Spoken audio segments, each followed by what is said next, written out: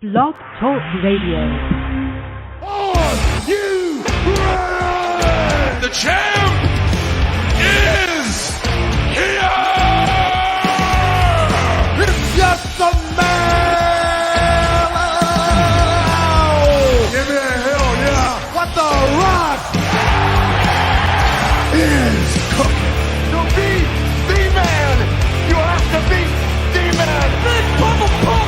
If you hook up! Fallen! Holla! At the end of Woo, woo, woo! Cup of coffee in the big tank. You know, how we haven't gotten fucking sued or a cease and desist for that intro will forever remain one of life's greatest fucking mysteries, let me tell you. Somebody must be talking to the big man. Yeah, exactly. Folks, we're back. We're here. And it's the special Payback post-show. And man, let me tell you, heck of a PLE. We're Absolutely. Gonna get into it as soon as we can. But the biggest news in pro wrestling right now, obviously, CM Punk gets released from AEW. I mean, this has set the wrestling world ablaze. All right. And after Tony Khan released a statement earlier today on Twitter stating that he had released CM Punk, Phil Brooks from AEW, he came out on Collision earlier tonight to open the show. And he did say why it was that, you know, he released him. And, well, he said that he feared for his life and he feared for the safety of other people. Really? Yeah. I If thought you you can fucking digest around. that. I If really you thought you were can fucking around, dude. No, dude, it's a shoot. It is a shoot, okay? Yep. Tony Khan feared for his life, not only for himself and his cocaine, but he also feared for the life of his talent backstage, if you can wrap your head around that one. And before we go any further, I want to be able to introduce the panel here. We got Dee Rotten over here. Dee Rotten from the Dungeon Podcast. I would say that he is the general manager of Famcast Media. If I had to give you a role, you are the general manager of Famcast Media. The wise man. The other man that we have here, this is like the Puerto Rican mega powers combining right here. Are There ready you go. for the handshake, brother? Yeah, You cup better of coffee in the morning. Ooh, you better get that handshake, brother. We got Hollywood Hulk Patrick, and we got the Macho Man himself, Macho Rodriguez. This is the meeting of the minds right here. We got him back one night only. The man himself from the Must Love Wrestling podcast, which is also part here of Famcast Media, joining myself, the star of the show, on Working the Marks. And obviously somebody else isn't here, but what else is new? It's Saturday night, so what are you doing? You know, what else can you expect? He's probably out on the town looking for Miss Right or Miss Right now, whichever one it might be. Yes. But we'll be seeing him hopefully again this Wednesday. Looking for Trump's toupee, man. Oh, you terrible. You terrible. But we are back here with you to bring you a special Payback post show. Special? Your little Latino Special. coming out of you. Your LWO's coming out. It's special. So yeah, man. All in all, man, I thought it was a pretty decent show. But we're gonna take it straight from the top. We're gonna start up with the first match, and that was the man Becky Lynch taking on Trish Stratus. Thank you, Trish, by the way. Absolutely. Not just for your wrestling, not just for your contributions to wrestling, but for gracing our screens with your timeless beauty. And this was inside of the confines of a steel cage. Mm-hmm. And guys, this was a heck of a banger to start off the show with. Mach, I want to hear your thoughts on this opener tonight. Well, as I stated before we went live, Trish Stratus has received an insane amount of hate recently, especially for I guess her slowness, her not being her keeping her feet to the ground, making sure she's not giving it all out. You know what I mean? She wants to make sure that she lasts, that she's able to do this with past Becky Lynch. She wasn't. I think she heard all the Twitter marks out there complaining because she decided, you know what, I'm going to remind you that I'm the best of my generation, and I'm going to go up here with the best of this generation, and I'm going to kill it. So I love that, Magnolia. This is Punk backstage at Raw. Oh, got it. But no, real shoot here. I thought Trish and Becky was phenomenal. Wait, hold on a second. Time out. Yeah, Time out here real quick. Time out here. Yep. Shit. We were talking about the Punk thing. Yeah. Let's go back to that first before we delve into this match. We will put a pin in this sucker. But CM Punk got released. Mach, what are your thoughts on CM Punk getting released? I think Tony Khan's an idiot. I think he cannot, Tony cannot run his business. Tony Khan, or do you mean the Snowman? Yeah, the Snowman. I honestly, and maybe this is just from my years of experience of watching this great sport, but how do you not take this heat and turn it into an angle? Like, just sit him and Jack Perry down, do whatever you can. Then you have Jack Perry beat CM Punk, and you're the reason why. Now you start this whole boss versus CM Punk angle. You could tell Tony Khan wants to be on television. That's what he wants to do. Done, bro. That's what a real boss would have done. You have to be able to put, like, there's no way. Even Eric Bischoff, who's had, like, arguments and stuff, like, he's not Raven in WCW. This is, like, CM fucking Punk. This is, like, the guy. Your entire Saturday show. The amount of Chicago shows you have, you need him on television. I really don't know how they do this. I've seen some people already say, like, oh, they survived before CM Punk, they'll survive after. That's not true. They will, because they're still a fucking low-grade, second-rate company. Yeah, exactly. And what are they going to do? I mean, honestly, they have a brilliant star right now on hand, but they refuse to book him in singles matches, and that's Swerve.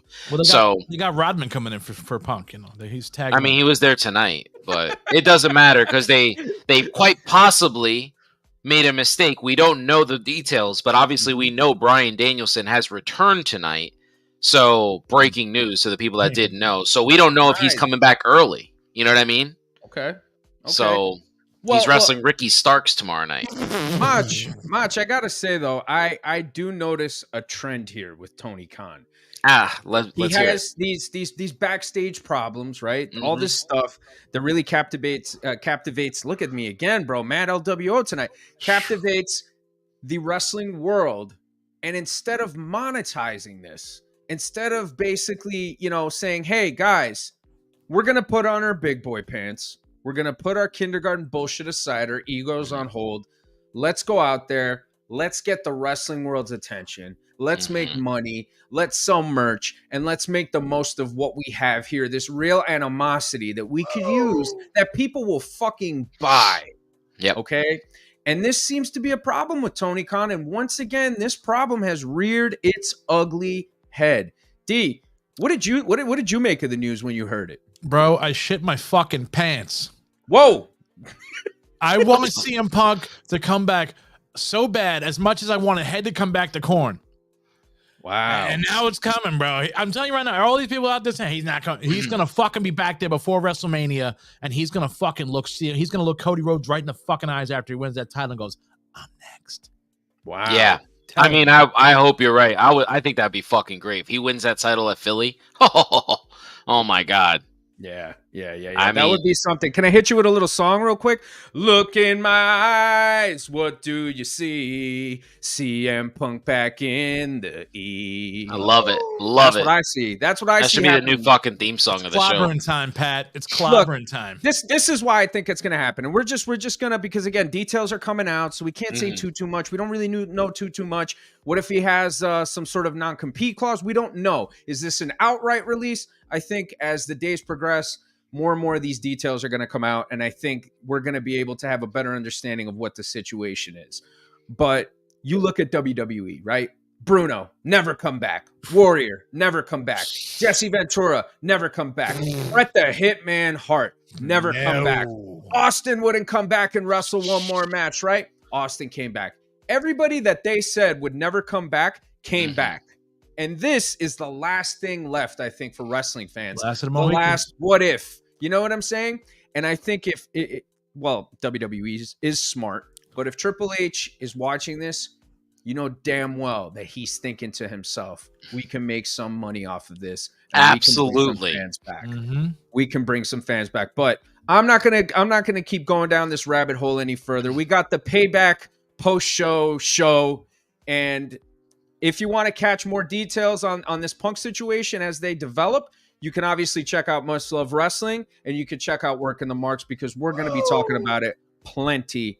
Absolutely, soon. yeah. But getting back in to the opening match between Trish and Becky, I'm going to tag you back in, Mach. you said that Trish is getting a lot of unnecessary heat, and I gotta agree with you, man, because ever since she's come back, she's been fantastic. And we Yeah. obviously saw that, unfortunately, even though Lita is a little bit older, she didn't really have it in her to keep up her pace. Trish doesn't have to go and be Rey freaking Mysterio, okay? And even Rey Mysterio slowed down, and it's still fantastic. Trish has to continue to capitalize on that heat. She has to continue to capitalize on the fact that she's working with Becky Lynch. And they told a fantastic story, and it certainly is a match of the night contender. D, did you watch it by any chance or no? To tell you the truth, man, this whole pay-per-view, I was feng shuiing my bedroom. Okay. Around Shinsuke Nakamura style. And Nice. I just had it in the background, listening to it like a podcast. But I mean, I stopped, for a break here and there. And I mean, I like steampunk Becky. Don't care about Becky 2 belts. Don't care about the man. I think I think you Trish like steampunk Becky. I love out of all the steampunk Beckys, Becky. you like steampunk Becky? Love chunky steampunk Becky. That's my favorite fucking Becky. I don't think she's ever been chunky, but this has to be one of the weirdest wrestling takes I've ever heard. Honestly, honestly, it really is. It really is because look, big time backs. Okay, absolutely great. The man, great. You know what I'm saying? Nah. Whatever. Becky 2 belts, great. Nah. But steampunk Becky? Steampunk Becky, on. Bro. That just he could have said Leprechaun Becky. It could be worse. That's true. It just works, man. It just works. But I mean, I watch, here and there. Seen Zoe Starks come in a little bit, do a little thing. Wasn't really nothing to write home about, nothing to tell your mom about. Nah, she's getting a massive rub though. She's working with the 2 biggest women on Raw right now, 2 of the 3 at least. This match I thought it was exceptional. Honestly, I thought the bumps in it, and it was just one of those things where you can see that if you go back, since Trish has come back and done these like specialty matches. She saves all of her stuff for the right people. Her SummerSlam match with Charlotte was a match of the year contender. And that's what this is going to be. That's what she did. She saves it for when she needs it. Everybody thinks that you have to give your all for everything that doesn't service the story. This pay-per-view serviced the story, or PLE serviced the story. Now, we quite possibly have Trish versus Zoe. So let's move on. She goes out on her back. It makes sense.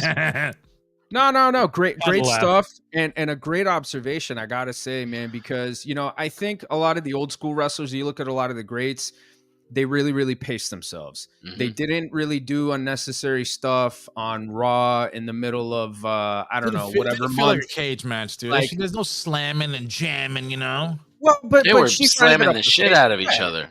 Yeah, dude, there was a lot of high spots in that match. I thought that match, the physicality was fantastic from both women, especially, and again, Trish, man, give the woman her flowers, folks, because the fact that she's going in there, she's doing what she's doing at her age. I mean, man, she took a vert off the top of the cage. Yeah, man. She's. I think that she deserves her praise, and I think anybody who's out there and is criticizing her, you're a dork and a mark, and everybody knows it. But it's the people I like to say it this way. Everybody that criticizes wrestling, I bet you they've never had a bruise under their armpit from running the ropes. Nah, they watch it, bro, in the fucking back of their closet. Yeah. They're just like Bobo the Clown. What's his name? Also known as Dave Meltzer. That's just us. Hey, Meltzer's the man, dude. For who? I can't give a straight face, dude. Meltzer fears Macho. He's the worst of the worst. The worst thing that's happened to the wrestling business in the past 50 years is Dave Meltzer. No. Back when I was watching it, dude, in the old school days, he was on point with the mags and shit. I gotta agree with D here. It hasn't all been bad. It hasn't, man, because back in the day, which you can check out on a very short-lived show called Putting It Over with Pat, yours truly interviewed Just Incredible. Yep, PJ Polacco and Just Incredible, or PJ Polacco, detailed that Dave Meltzer was a big resource for the boys and the girls back in the day who were trying to get work domestically and internationally. So, he has been a resource. He was a great historian for wrestling. I just think that he hitched his wagon to AEW, and for better or worse, he's not an objective journalist when it comes to AEW and particularly WWE. I think he's really unfair with a lot of his match ratings. And look, the match ratings, I don't think were such a problem back in the day, but I think they're more under the microscope now, given the fact that he says a lot of ridiculous shit. But needless to say, I don't think it's all been bad for Dave Meltzer, and I do give him his respect. But nowadays, not the same, man. Really disappointing. Hashtag Meltzer fears Macho. We're gonna try and get that one trending. Word up. Yeah. Listen here, Meltzer. You star rate this Trish Stratus Becky Lynch match. I'm giving it 4.5 empanadas. That's what I'm giving it. Nice. We need to do an empanada rating system on here. Yeah, man. let's do it. Get The half empanada. It's cut the in half. half empanada. That's what I like to say. Me and Arthur will watch a show. We watched All In. He said, "What was your rating for Will Ospreay versus Jericho?" I said, 1 empanada and a bite of another one. Well, whenever we have this summit, this is going to be the match rating system. But I gotta say, this match, it got 4.5 empanadas. Yeah. Hell of a matchup. Loved everything that happened. The right woman won. Trish and Zoe, fantastic stuff. She made Zoe, with a lot of the stuff working with her. Everything that she was doing. The match that they had on Monday, Zoe and Becky, I thought was fantastic. Hey, man, I'm not going to say that it's a controversial opinion, but it kind of is a controversial opinion. For me, the all-time female GOAT is Becky Lynch, man. I got to say it, man. Everything that she does makes sense. Her promos, and she's the first freaking woman to main event WrestleMania. Part of 3 women, but all of it was sold on the back of the man. Her push, Becky Lynch, she's the best. Trish Stratus was the Becky Lynch of her time. And I think that this was such a great matchup, and I'm glad to see that the feud is over. To some people, it might have dragged. I really enjoyed the heck out of it, man. And it had to. After they didn't get a SummerSlam match, they had to draw it out. They had to give these women ample time. You couldn't finish it on the next Raw. It would not have been good for them. They would have caught massive heat. People complained about that. Everybody's like, "Oh, they didn't get a SummerSlam match." Yeah, but now go check it on fucking Twitter or X or whatever you want. Now all of a sudden, everybody's a big fan of the match. Everybody's a fucking prisoner of the moment. Yeah. But anyways, moving along on the rest of this card, we had John Cena come on out to a big pop. It's crazy how the John Cena sucks chance kind of disappeared. Although I think bro. I think if he comes back to New York, though, it'll come back. It'll come back. Oh yeah, because it's a part of it. It's like the "you suck" chance for Kurt Angle. Yeah, which I will be watching as soon as I shut this off. That Kurt Angle special. Suck. Yeah, me too. Gonna be checking that out too. But Cena came out, got a great pop, and announced that he would be the special guest referee for the Miz LA Knight match, which proceeded for the Miz to come out. The Miz came out with some Cleveland Brown gears in Pittsburgh, and obviously that didn't go over well. That went over like a fart in church. Now with Corey Graves. And the Miz then ended up calling out LA Knight. LA Knight comes out. They have a great matchup. John Cena. Well, not a great matchup, but I'll get to that in a minute. But John Cena gets a referee shirt, puts it on, and the match begins. Mach, what did you think of this one, man? I thought it was smart for them to give LA Knight extended time. I felt like this was a 20-minute match. Yeah. I thought it was extended time for him. I thought I noticed something about the style of his character. Yeah. So this is what I think is missing from him. I don't think he knows how to work like a babyface. Yeah. So his character, his entire career has been, what'd you say, Pat? He's like a tweener. Yeah. Mm-hmm. He's a tweener or a heel, right? Was that you that told me that during the show? Or was it somebody else? I don't know. But you know what? I'll take credit for it. Okay. Yeah. Well, yeah, he's worked as that character. I don't think he's translated that character to his in-ring work, and he's still working he's been like NWA, TNA, doing the same thing. Yeah, he hasn't transitioned his work. He has not picked up the WWE style, and he hasn't been able to move it over to just be a full-blown babyface. Like, I can't imagine how that works, how anybody in the back, the producer, Jason Jordan, or whoever came up with this match, I doubt this is Jason Jordan, just saying that, that decided to give him that much offense. Babyfaces don't get this much offense. This is my point. He acts like he's a heel, a tweener, and it doesn't work for me. He needs to fix his in-ring shit. Mach, I personally think that he hasn't had a good to great match. Patrick, you need to put the echo cancellation on. What's that? The echo cancellation on in the settings. Oh, fuck beans. I don't fuck beans, dude. It's like the snowman. You never have? You never been with a Puerto Rican? Oh, that's what you call beans? I would call them Mexican beans, bro. Puerto Ricans is fucking what's that, sofrito? Look, it's back on. Oh no, sofrito was the added ingredient to the for the 5 empanada match Yes, at the sir. end of the night. All right, fantastic. So here's Yeah. here's my thing with LA Knight. Okay, the guy's over. He is. He's certainly over, but he hasn't had a good to great match. And for me, in this match, I think like they tried everything to kind of get to that point. And to your point, to some extent, he doesn't really work as a babyface very well. And they wanted to give him the John Cena rub, which the John Cena rub, that means That's they a want you to good be rub. a fucking babyface. You know Yeah, what I'm saying? Good rub. The match was decent with The Miz. I think they did a lot of basic stuff. I think that LA Knight tries to do too many things that require too much movement and too much shit going on. Like one example was like that swinging DDT when Miz went for his spot where he goes to the Alexa clothesline in the Bliss's rope. DDT that she makes look amazing because of her size. Yeah. And this guy's like he's twice her size, and it looked awful. Well, it's not so much the move itself, but I think it's the spot that they chose for it. I'm also not a huge fan of his finish. I feel like he hits at the same time every time. Some guy's selling with their back turn. He grabs the arm, turns him around, and then he hits the thing. That move to me, I don't know. I'm not a huge fan of it. I'm not a huge fan of it. But I got You don't like so if he came up with a different setup, would you like the finisher better? It depends. It depends. I don't know, man. Like I just feel like it's the same thing every single match. Yeah. You know what I'm saying? Mhm. And look, you got to give the guy his credit. He's over with the crowd. He has great crowd interaction skills. He understands Number 2 in t-shirt sales. He understands how to get people involved. And you don't become number 2 in t-shirt sales for not being able to get the fans. Oh, so he's not number 1 anymore. No. Yeah. So Who's number 1 now? I don't know. I know he's number 2. It's probably Roman. All right. Let's move on. Well, look, I would say that he's still a little bit sloppy. Okay. It wasn't I as agree. fluid of a match as it could be.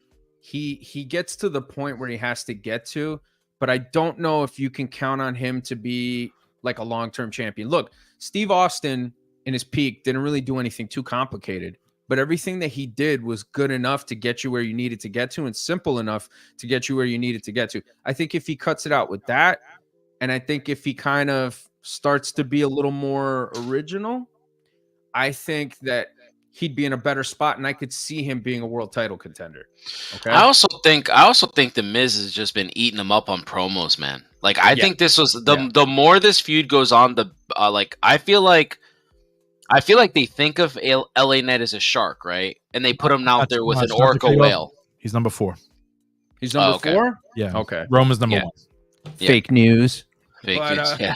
So yeah, and then so I feel like they think he's a shark. Like, oh, let's put him out there with other predators, but they put him out there with the Miz. That's possibly an orca on the mic. You know what I mean? So it's like, hey, we're just gonna. Why are you laughing? He's like an orca on the mic.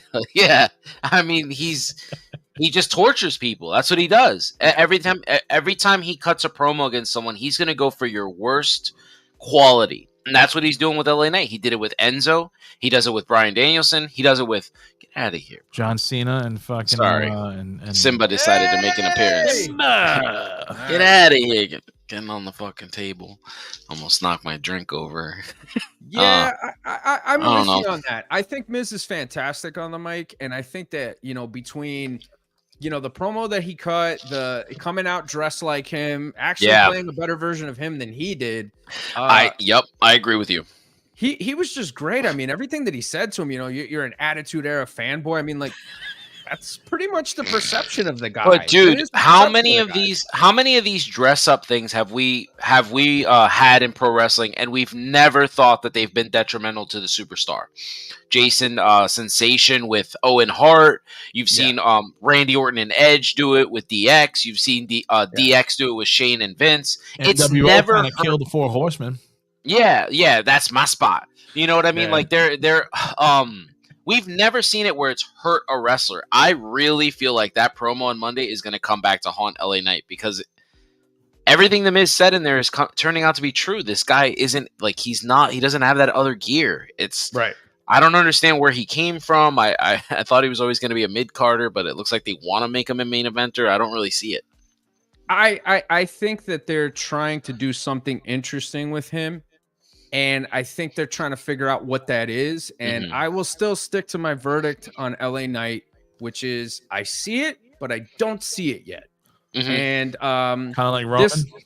No, Roman, come on, man. Didn't Roman, see like it in the beginning. It was like, oh, Roman, no, is a fucking idiot. look, early on, Sucker and before the march succotage. turned on him, before Punk came out with the podcast where he shit on him. Yep, And all the that march was it. turned on him. That was fucking the move. podcast. Yep. And that would be good money for a Punk Roman feud too, by the way. Ooh. But Oh, absolutely. Hey, I said that to Dee before we turned on. But I will say that Roman, you always saw the potential when he was over organically when the Shield started, and he would come out and he looked cool and he would do the cool moves and all this stuff. Man, everybody was into Roman Reigns. You think back to that Royal Rumble that he was in, where I think it was Batista ended up winning it. Dude, Yep. they should have called an audible and had him win that. It would have been amazing. It would have been. I've amazing. always. What do you think about that? Not to sideswipe you right here, but Mhm. what do you think about them turning the Rumble into like an audible, like allow an audible, like, hey, the crowd is really going for this guy? Because it's obvious that the whoever wins the Royal Rumble isn't necessarily going to win the world title. Right. Like that's kind of it. It's like the Money in the Bank. They're not obviously going to win anymore. Unless you're a female that wins Money in the Bank, that's 100%. Well, like, you know, you also have TV too, where you could turn it. So, like for example, if Roman would have won it there, the crowd was hot for him, and then you have him come out. He's the Royal Rumble winner, and then Batista comes out, and Batista cuts a promo, and he's like, "I want it. It's my spot. Give it to me." You know, the whole fucking thing again. And then you do a match where Batista beats him by cheating. He still looks strong. He's still a fan favorite. The fans are behind him organically, and now you put Batista in that spot where he needed to be. So, I mean, yeah, I'm with you. I think they could do something like that because you have plenty of television to be able to direct it however you want to direct it. Absolutely. And more importantly, the emotional investment with the crowd. But getting back to this match, at the end, you know, they had a little spot there where LA Knight and Cena almost ran into each other. And at the end of the match, John Cena is there on the stage with LA Knight about to, you know, shake his hand, and LA Knight didn't want it. And they kind of teased a little John Cena LA Knight match potentially in the future, which wouldn't be the worst thing, I think. And I think a spot like that for LA Knight is good. But again, let's see how it develops. Like I said, the guy's over with the fans. That's great. I don't want to see him be a flash in the pan like some other guys that we've seen, because there's been plenty of other guys that have been super over with the crowd and they never quite got there, and they never quite graduated to that next level. Could LA Knight be that guy? Maybe, maybe not. Yeah. Time will only tell. I think he's a poor man Zack Ryder. Yeah. Wow. Okay. that is an interesting. And you know what? To counter that, I will say that yes is better than yeah. So there you go. I definitely agree with that. Yeah. Now, this is a 2 empanada match for me. Yes. I'm gonna go 3 empanadas on that because I'm feeling generous tonight. And I think that I'm gonna give it 3 because the match wasn't fantastic, wasn't amazing. Both guys did what they did. Miz, I think, really shined in this match. And I think that they accomplished what their goal was, which was to graduate LA Knight to some type of thing in the future, have him kind of have that little feud with John Cena, which, look, wouldn't be the worst thing if he had a match with John Cena somewhere down the line. Yeah, I mean, that's where you sink or swim, honestly. Cena says it all the time. Whenever he's interviewed, everybody says, I have this mythical golden shovel. I put you up here. You're up here with me. It's your job to stay there. Some people just fall after. So, yeah. So, we'll see. Certainly a cool match, yeah. you know. Certainly a cool match we could potentially see down the line. In the next bout, we had Rey Mysterio, the legend, defending his United States Championship against Austin Theory. I'll start first here, but I thought it was a decent match. I didn't think it was fantastic. I didn't think it was amazing. I did expect Theory to win. I did expect Theory Me to too. get the title What did back. you think about the PWO shirts? Money, bro. You got to make money, bro. Come on, man. It's like London World Order, Latino World Order, New World Order, every fucking World Order, bro. Fuck it. Make money. Pittsburgh and that's World what it's Order? about. Is it Pittsburgh World Order or Puerto Pittsburgh Rican World Order. That's what it's No, it's Pittsburgh. Yeah. They're gonna start doing those just like the way they do the 316 shirts for every Commemorative town. they're in. shirts. I like it. Yeah, there's Hershey 316 when they come here. They're Hershey. Yeah. So I got New Yeah. York 316. So yeah. So it shit. definitely happens. I always the wanted a Brooklyn. I always wanted a Brooklyn Suplex City. Ooh, that's Okay. a good one. That's a Yeah. good one. Yeah. They did make those too for a little bit. The Brock Lesnar ones, right? Yeah. That was pretty awesome. Yeah, Brock had the ones for like every town for a while there too. That's The same right. colors from like the teams too. So the Brooklyn ones were Yeah. black and white, like the Nets. Nice. That's Yeah. pretty awesome. But yeah, all in all, I thought it was a decent match, and obviously, we all know that Dominic Mysterio is a better representative of America than Obviously. Rey Mysterio. Yes. He's a better representative of North America. He represents all of North America, unlike Rey, who just represents the United States. And we obviously know that Dom would be a better father. But speaking of father, I'm going to switch it to another fellow father here. Mach, what did you think of this match? I got to be honest with you. I think I'm fatigued with the amount of time that Rey Mysterio is in the ring right now. Okay. Like I appreciate what he's done for the business, and I in no way, shape, or form feel that he's like Chris Jericho, where I feel like his matches should be cut short. I just feel like I thought the purpose of him in the LWO was to prop up the other guys. And I noticed a couple of things about this, like the LWO has their entrance, and then he comes in after with his own theme song, and I'm like, why is that a thing? It's a great, you know what I mean? A hot dogger. Like it's almost like is it? Are they working the crowd? Are they like kind of like playing up what Dom's saying? Like this guy's a deadbeat. He cares about himself. Like is that a part of the character? But in terms of this match itself, I'd be happy if they don't really like. I don't want this to turn into Cena Randy Orton. Just like let's end it here. You know, let's let Rey Mysterio drop that title to Grayson Waller. You know. Yeah. I'm look, get the first things first, like the entrance thing, right? They obviously do that because Rey is a legend. You know what I'm saying? And that's always going to get a big pop. Rey's a big merch seller. Rey Mysterio, this is a fact, has more figures made of him than any other wrestler in the history of the business. That's amazing, dude. He's not bigger than Eddie Guerrero. That guy. Wow, but still, Rey Mysterio is a legend, dude. Rey Mysterio was the first masked wrestler that really took Lucha Libre to that next level. You would not have a lot of other guys if it wasn't for Rey Mysterio. And Rey Mysterio is a guy that, in my opinion, belongs in the GOAT conversation, like one of them at least, you know? He's certainly in that list, that top 10 of all-time greats. Rey Mysterio's up there. The guy has done it all. And obviously, you know, to your point, you would assume that if he's with this group, he's trying to elevate these guys. Yeah. But this could possibly be Rey's last run. We don't know. So maybe they're trying to send Rey out on a high note, give him a championship belt run, and at some point have him and Dominic clash to see who is the true champion of America. I wonder if those championships get combined. Nah. You know what? You never say never. Never say never, man. We don't know what could happen. And at the rate that main roster talent is appearing in NXT, I would not be surprised. Not be surprised. So I kind of hope it's the end of this feud. I just get this feeling that Santos is gonna turn on him at some point. Yeah, right? I'm so glad you said that. That's what there's something about Santos that just reminds me of Eddie.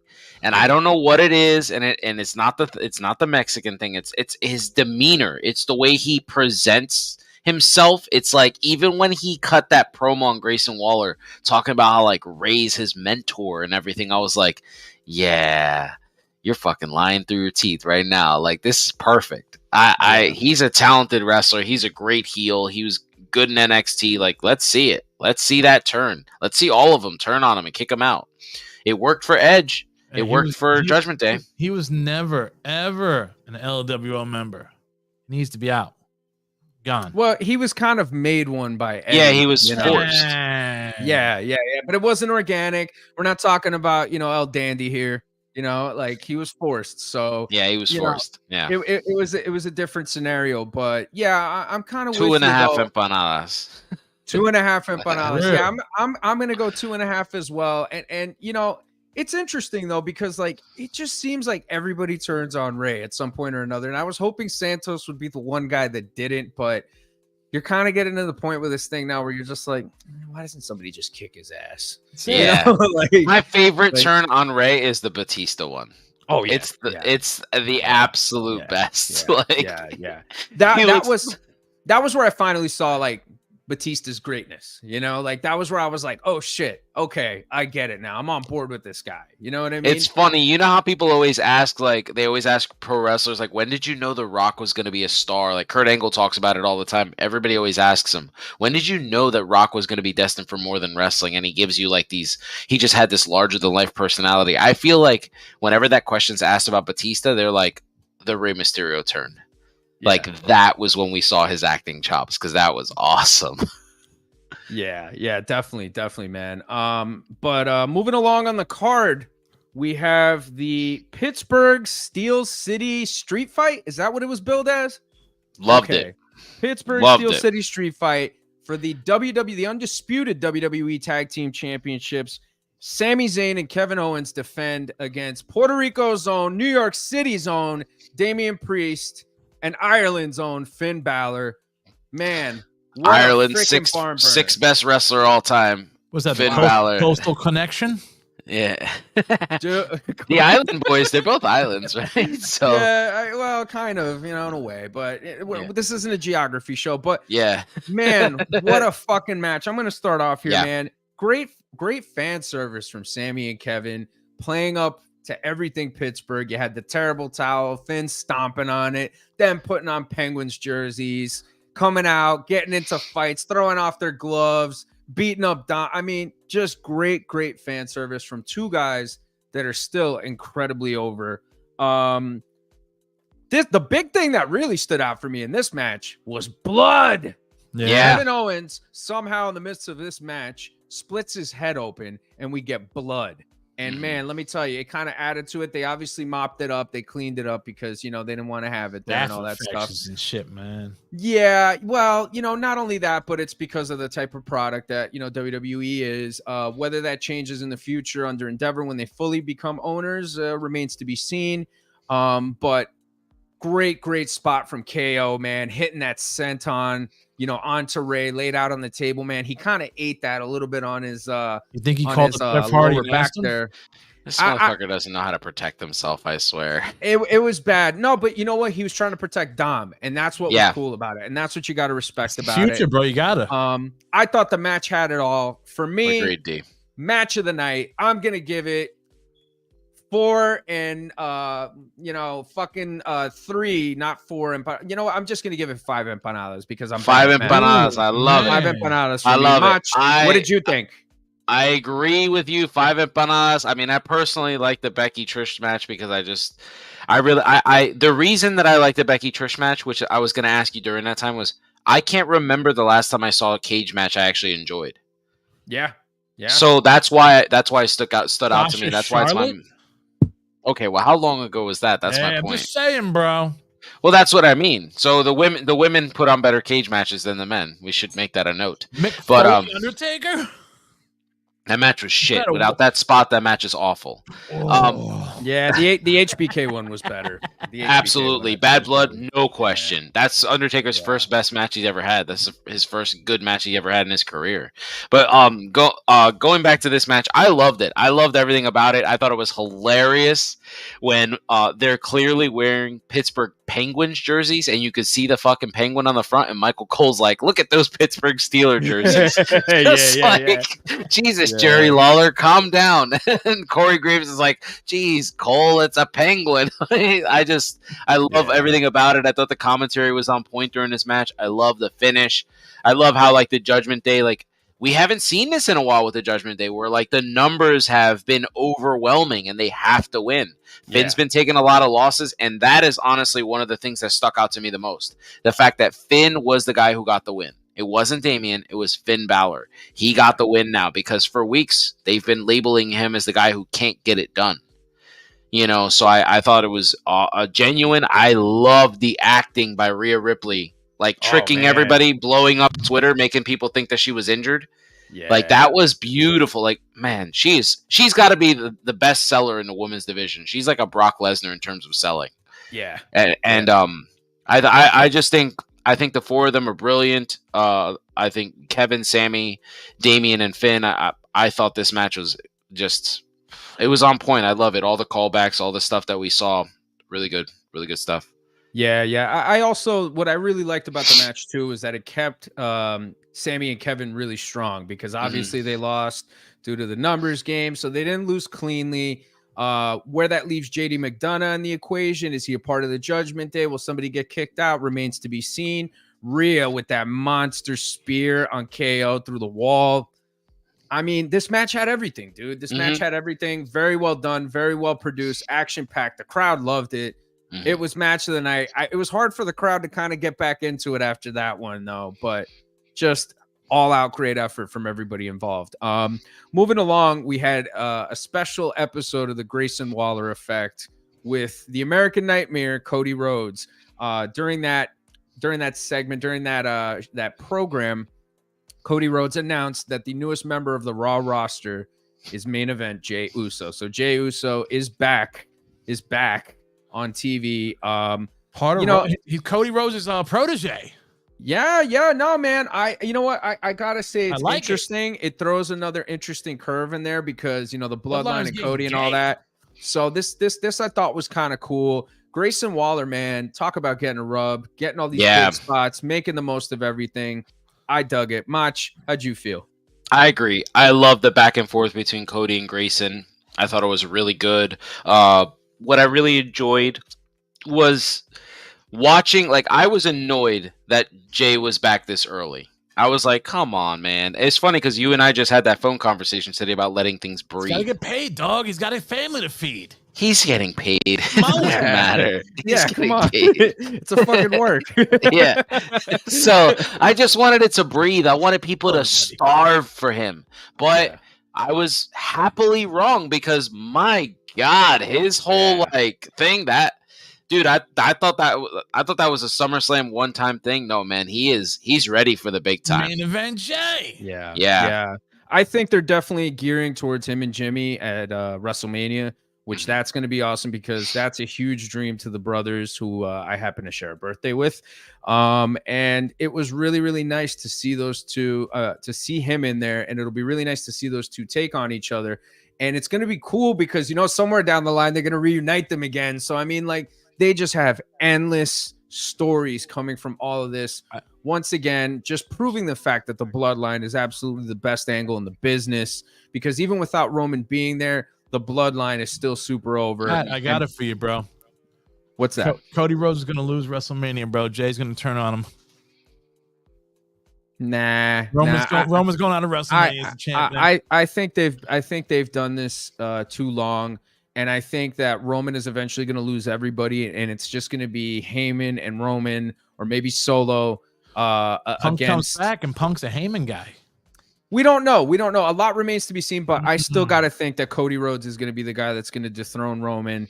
WWE loves to have, and this was pointed out to me by a friend to the show, Mr. James Barricato, good friend of mine for many, many years. Jimmy.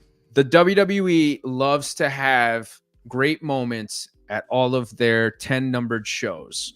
WrestleMania 10, Bret Hart wins the title. WrestleMania 20, Eddie Guerrero retains, and Chris Benoit and him have a wonderful moment in the ring. Ooh. WrestleMania 30, Bryan Danielson wins the title. You gotta think WrestleMania 40, Cody finishes the story. Jesus Christ, what the fuck's wrong with me? I can't talk to man. But your bloodline. You gotta think that's gonna happen. So I'm thinking that's gonna happen, and I just think that there's so many great things that have stemmed from the bloodline, different branches from that tree. This was just a really good segment, and I really dug it. Wait, I got it, Pat. Hold on. What's up? Roman Reigns loses. Paul Heyman calls out Punk. I don't know. You got to think Punk, if he is going to come back, is going to come back at Survivor Series, right? Because Survivor Series is in Chicago. Tony Khan disappointed the Chicago crowd. Triple H makes them happy. Took all their signs too. Yeah, that's the other thing too. Wait, and what? Look, man, you hear the thing that I think about this. He took all the CM Punk signs. Yeah, they were all confiscated. They were all confiscated at the arena. AEW. Yeah. AEW. Yeah. For Collision. Yeah. Shit. Yeah. So I mean, Why do you think Bryan came back? Yeah, they had to do something to make the fans happy somehow. Bryan ain't gonna make the fans happy in Chicago. The fuck he's not. He's the greatest of all time. Yeah. He's very well respected, bro. Very well loved. Those fans. And Chirac. Nah, man. They're a mark crowd. They're an indie crowd. This guy was arguably the king of the indies. Come on, man. Like, That's no. why he's so Yeah. over in AEW. That's He and why. Punk are those guys that could do that for that crowd. You know what I'm saying? Now, I'd like to see him back in the WWE at some point and get out of the Pee Wee leagues. I think this is going to be a bad move for AEW in the long run. But again, more on that and on the weekly shows. Getting back to this PLE, we had Rhea Ripley defending I don't even know what the fucking title's called. Is it the Women's World Heavyweight Championship? The Should white be. belt? The What is it WWE called? Women's White Championship. The whatever. WWE Women's Championship. Women's World Title. The Women's World Champion. title. Yeah. Okay. The Women's World. I just want to call it the fucking Raw title. But the Yeah. Women's World title against Raquel Rodriguez. For me, I gotta say, I dug the China tribute with the gear for Rhea. I thought it was fantastic. Another Rhea match. She sold well. I thought it was okay. I think anybody with their head screwed on straight didn't think that Raquel was going to win that one. For Even me, the commentators didn't believe it. It was weird. I thought it was I thought they did such a bad job Yeah. of getting this match over. Answer me this, bro. Why the hell's Raquel keep showing her fucking back, dude? It's fucking boring. There's nothing there to fucking. There's no definition. Stop with this. Yes, there is. Look at my back. It's like, dude, you suck. You suck. Get I think she's great. Listen, I really enjoyed this. I actually thought, and maybe this is just me reading into it with all the fire stuff. I actually thought it was like a China versus Eddie type of thing, like with the gear, with the fire, with the heat. You know what I mean? I enjoyed the match. I loved Eddie's name, saying he fucking is like Raquel Rodriguez. Well, yeah, But she's paying tribute. Come on, Yeah. she's paying tribute. But getting back to this, I dug the style in which they worked. You know, being like bigger, the pulling, making sure that you had to work for everything.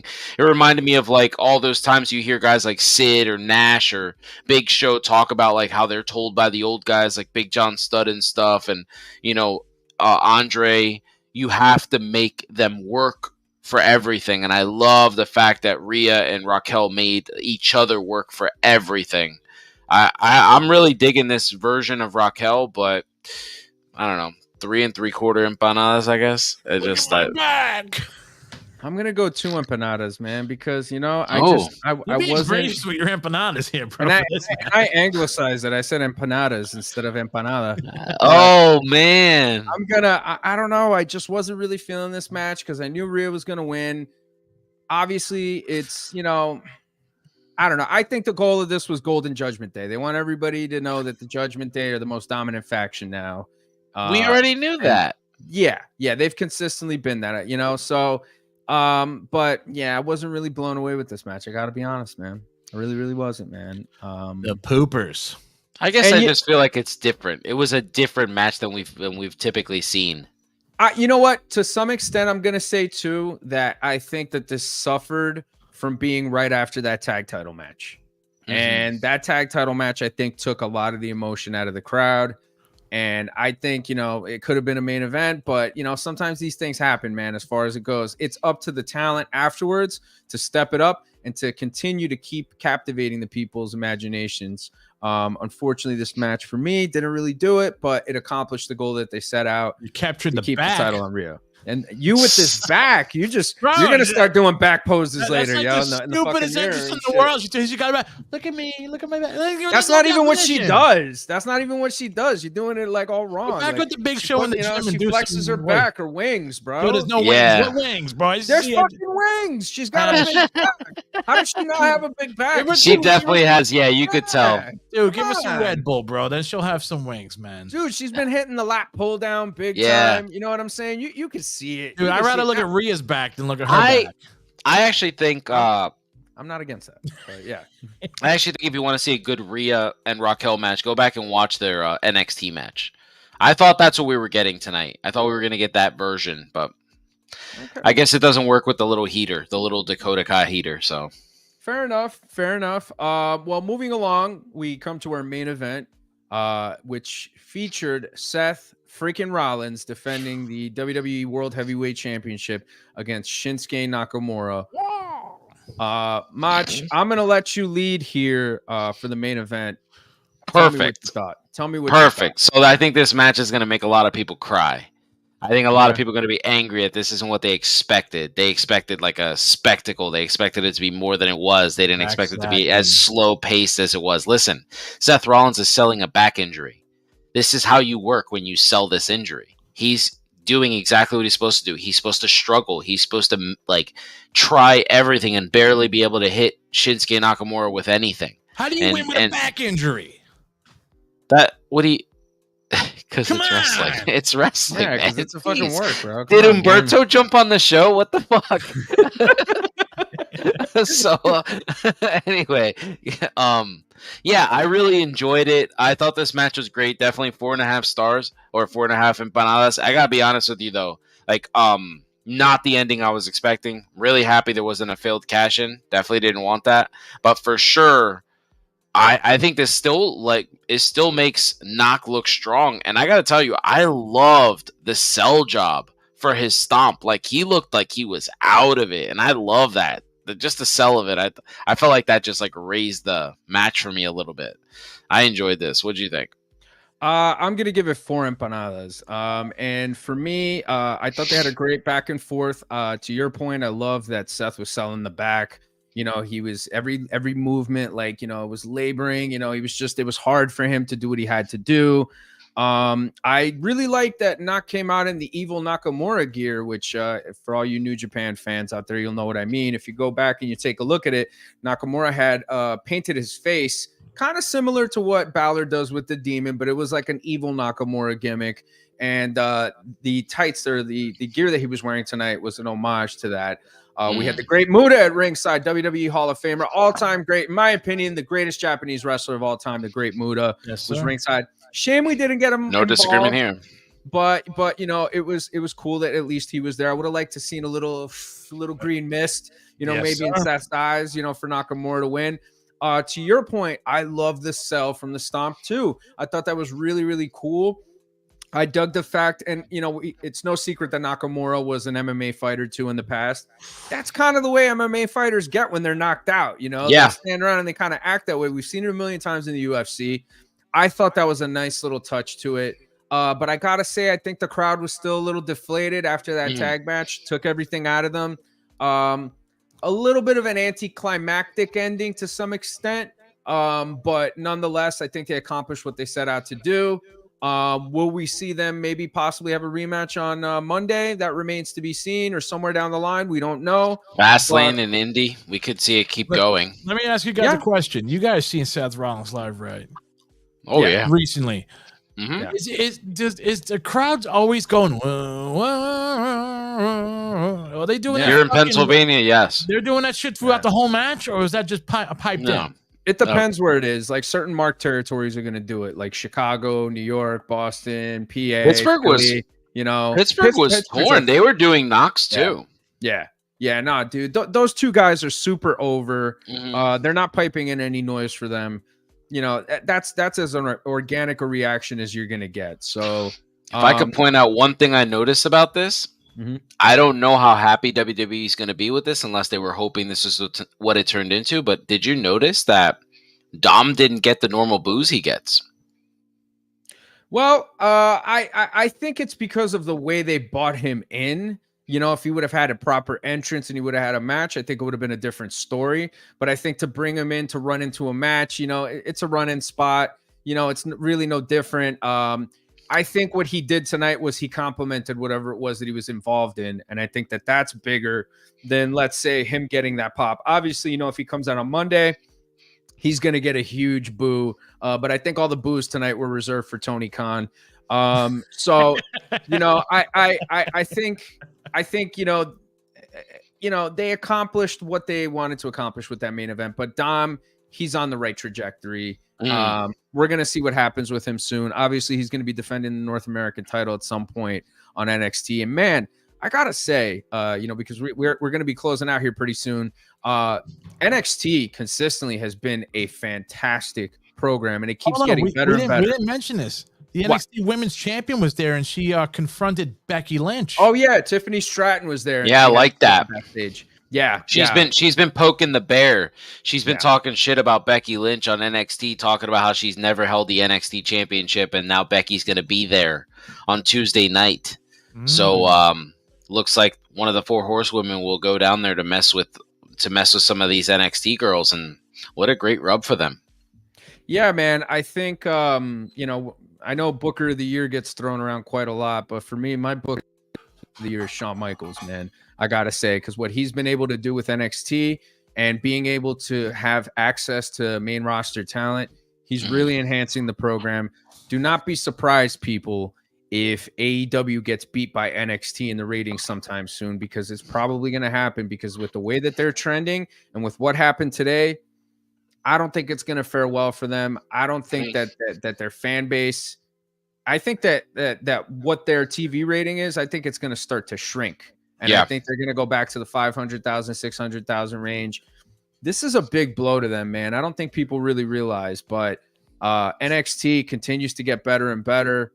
A lot of those guys that are there, you're going to be seeing on the main roster, including the girls too. Hats off to the Heartbreak Kid, man. He's doing a great job over there. Yeah, absolutely. Just give me some more Braun Breaker. What the fuck? You think he found his smile down there? I think he found it somewhere. It might have been in his pocket, though. Although I heard certain Canadians get triggered by that. So,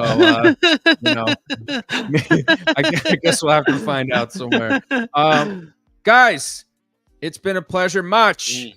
You got anything you want to share with us before we end this special edition of Lucky Plugs Payback post-show here? No, I mean, if you want to follow me, if you want to follow our show, Must Love Wrestling, we're here on YouTube. You can catch us. I stream every Monday night after Monday Night Raw, and I don't do Fridays because I work Friday nights, but yeah, I try to do as many shows as possible. Try to do like these 10-minute kind of spotlight shows every now and then where I focus on one topic. I've talked about Dominic Mysterio and his potential for the future. I've talked about Charlotte Flair possibly being the greatest ever. And that's pretty much what I do on here. And if you want to have an interaction with me, you could follow me, BORCUA.LOU. You could follow me on TikTok under that handle, and you can interact with me. And do that, because I just got my creator's license, so now all of my videos over 1 minute make money. So, yeah, nice. Go help me make some money so I could do this for a living. Cha-ching! Yeah, definitely help Mach make some money, man. But great to have you on the show, man. Look forward to seeing all the content you produced. And Dee, is there anything you want to say? You got to plug some stuff, don't you? Dude, the only thing I'm plugging, bro, is my mouth with some food. Nice. What about the back? Are you going to plug the back? Oh, yes. Look at my back. That's not even the fucking pose, man. You're still doing the pose. She does this. That's okay, but she does that at some point. But she puts her hands. Oh, yeah, I'm sorry. She does that, and then she flexes the fucking wings, man. Whatever, dude. She's fucking. Bro, I don't. She just needs to stop fucking smiling. Bro, like, just be ruthless. Where's the it factor, bro? She ain't got it. I'm with you on that much. She's got the it factor. She's got something there. She's just getting there. She's on her journey. All right. She had the Adam shirt dead weight for a long time. Now she doesn't have that fat fuck bothering her and stuff. Bro, and she could just be like, people gonna hate me, bro, but she's not even hot, dude. Wow. Well, I don't even know. Is she taller than you? Are you sure? Is that what it is? No, she's not hot, dude. She don't do nothing. Man. Beauty is in the eye of the beholder, David. Okay. Yeah, I think she's hot. I don't know. I think she's good. No, man.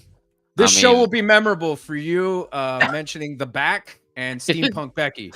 Those are the two things that we will walk away from this show keeping in our heads. And cats. Yeah. Hopefully one of your Punk predictions come true.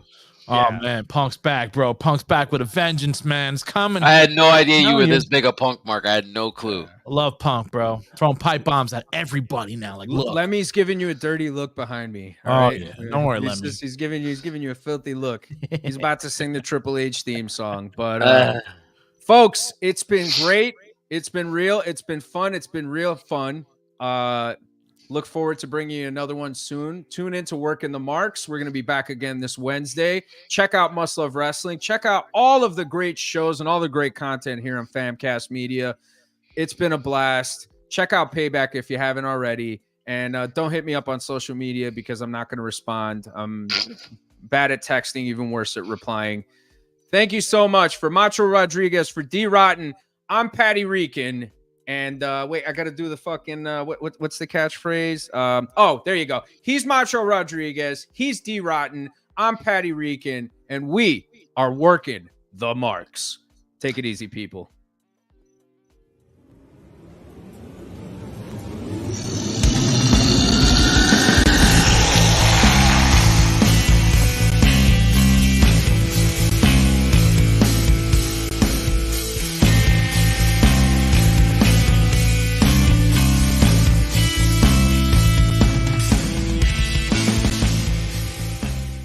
Famcast Media.